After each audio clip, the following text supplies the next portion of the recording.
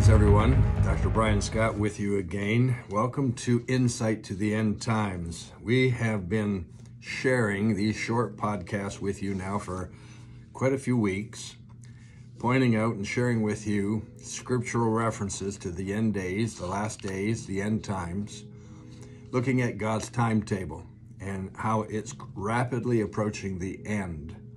We're starting a new session today, but we have been looking very seriously at some of the things that Paul warned us about in 2 Timothy chapter 3, where he talked about the last days and perilous times coming upon us.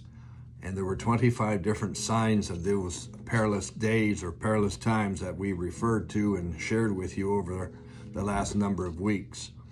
When we first began this series, I shared with you some of the terms that are end time terms, like Mark of the Beast and Armageddon and World War III and Tribulation and the Antichrist and so on.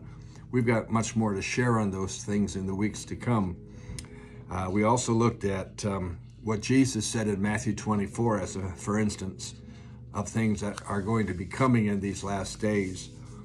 I want to spend a good portion of this week's broadcasts looking at a timeline of end time events in a little more detail than we have before. And first and foremost, the only one who really knows the answer to this is Father God. It says in the book of Mark 13, Jesus spoke and he said this in verse 32. He said, "Of the day and hour no one knows, not even the angels in heaven, nor the Son, but only the Father." Referring to when will the end come? He said, no one knows except the Father, not even the angels, not even the Son. That would be himself, of course. But then he instructed them to take heed, watch, and pray. Get yourself ready. In the book of Acts, chapter 1, the disciples asked Jesus before he ascended into heaven, is the time coming that you'll come and set up your kingdom on the earth? And his response was in verse 7 of Acts chapter 1, "It is not for you to know the times or the seasons which the Father has put in his own authority." So we certainly know, and I certainly know as we share with you, that we can't state a time, a day, or a month when all of these things will occur. But we can look at the overview of all the events that are occurring in the world vis-a-vis the scriptures. And we can see where we are on God's timetable. And we're getting closer and closer to the very, very end. It's amazing how many events are occurring today in the natural realm that are end-time oriented events.